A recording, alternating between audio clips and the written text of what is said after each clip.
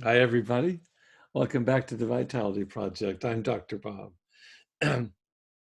Yesterday, we made some suggestions here about steps that each one of us might take to start each day fresh.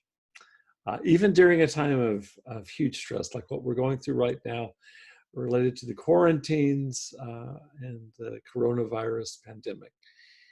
I wonder if you can relate to all of our need right now for a major attitude adjustment just to manage things. We need all the help we can get.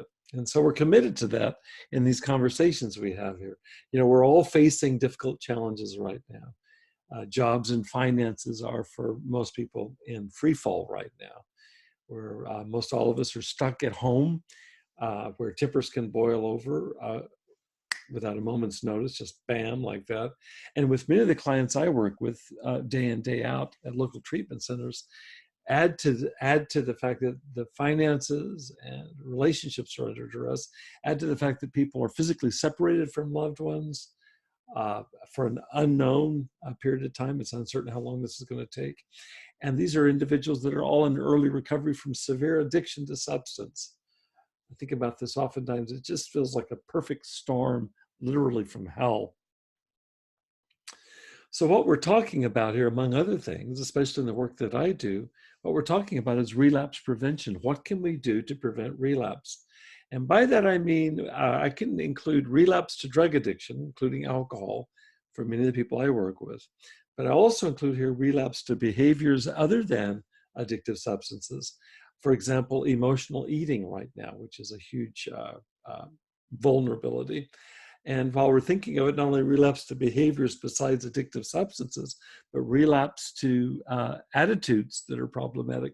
For example, persistent negativity, constant bickering, just for starters.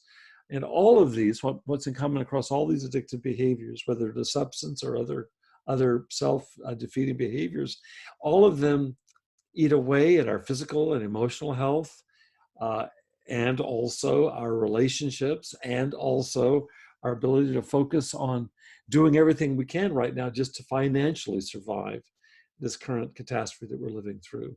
We all need as many skills as possible to navigate a time like this. What we've been doing for the last few weeks here, since the coronavirus pandemic has really kicked into high gear the last 2 or 3 weeks, is we've been unpacking 3 key points that will help us make it through this time. And all of these points were stimulated by an incredible lecture on YouTube by Michael Brody-Waite. It's a TED Talk on YouTube, and I highly recommend it to you. And the title of the TED Talk is something very close to "Great Leaders Do What Addicts Do." That'll get your attention, and there's a lot there.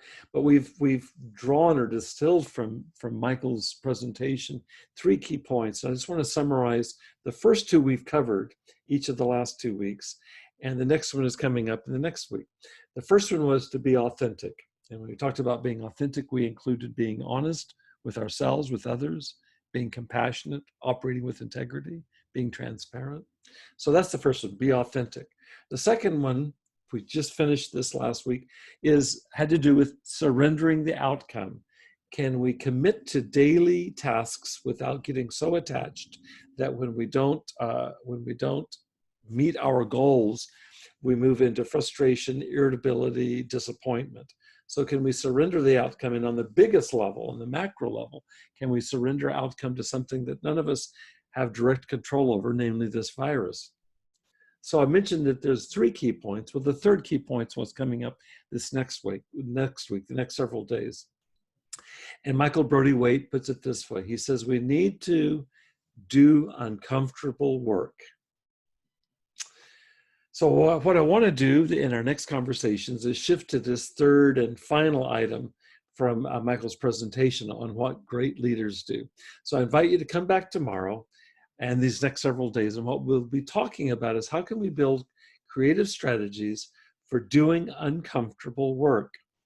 In a time like this, it may serve us well to have skills in our back pocket for managing the uncomfortable things that we have to deal with. So we're going to talk about doing uncomfortable work. And I want to sign off with a quick postscript from my dear long-term friend, Simon, who hails from England.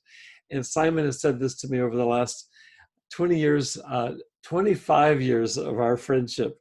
He says, Bobby, what's the alternative?